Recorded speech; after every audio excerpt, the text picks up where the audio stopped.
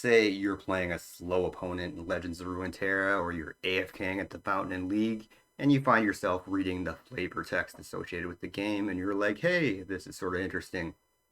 What's the deal with these stories?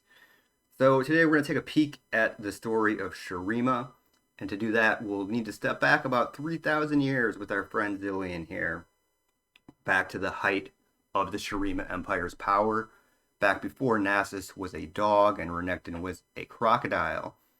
They were humans at one point, just regular guys, albeit very powerful regular guys, until Shredder came along needing to solve his Ninja Turtle problem. No, that's actually not what happened. Wrong story.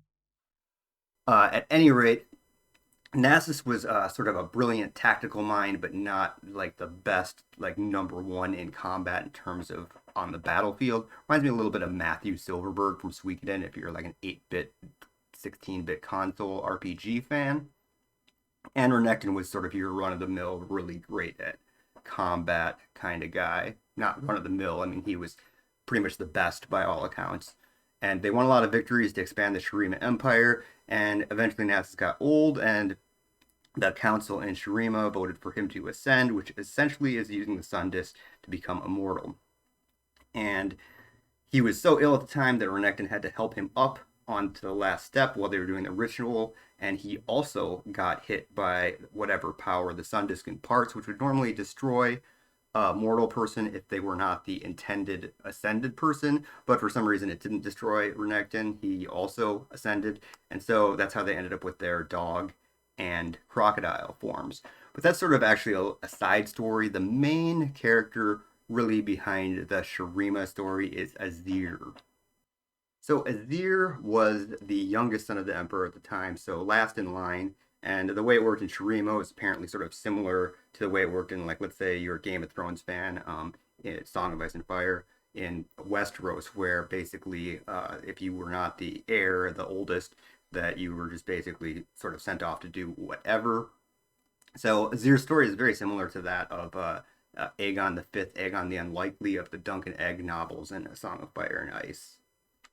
So one day Azir is traveling in a caravan that is also carrying all of his brothers, but not the emperor at the time. And the caravan is jumped by a bunch of assassins, and Azir happens to be away and is now the only surviving one in the line of succession, making him the heir to the throne. So the reason that Azir is not with the rest of the caravan is he is off doing some star charting with his boyhood friend Zerath, which is a slave boy that he had met at the library sometime earlier. So they do find Azir and Zerath later, but Zerath actually saves Azir, which results in Azir asking his father to reward Zerath, which his father promptly rejects, saying that Zerath's a slave and really doesn't deserve any accolades of any kind. The Azir Zerath story actually draws a lot of parallels to an actual historical story from the Byzantine Empire of Michael III and his friend Basilius, who eventually betrays him and usurps the throne.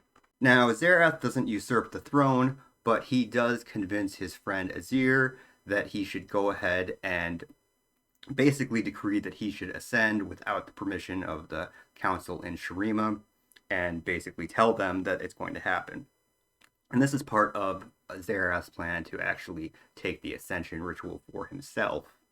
Now, unbeknownst to Zerath, Azir is trying to look for a way to free all of the slaves, but he can't, just due to some of the political and socio-economic pressures of how Shurima is structured. So he sees the ascension ritual as an opportunity to sort of make this decree. But Zerath doesn't know this at the time, and part of the reason that he's wanting to betray Azir is because of his bitterness over being kept as a slave for all of these years. Azir does make his announcement that he's going to free the slaves right before the Ascension Ritual, which catches Zerath sort of off guard, but he decides to go through with his plan anyway. He's just too bitter over the years, and he's already got his plan in place, and he knocks Azir off of the platform while the ritual is taking place. So the platform provides some kind of runic circle protection, and because Azir doesn't have it, he just gets consumed by the sun's fire, which is channeled through the sun disk, and Zerath attempts to take his place. Now, this isn't like Nasus, where Renekton sort of got caught up in that same wave that was intended for Nasus. This is Zerath completely knocking the intended recipient off and then trying to divert the ascension to himself, which apparently resulted in something much different than what happened with Nasus and Renekton, and it actually just completely destroys Shurima. Zerath does take his new form, which is why you see him in the sort of weird power lightning form as we see him now. Anyway, like and subscribe if you want to, I don't know, hear more stories or see some expedition content. Yeah, anyway, thanks for watching.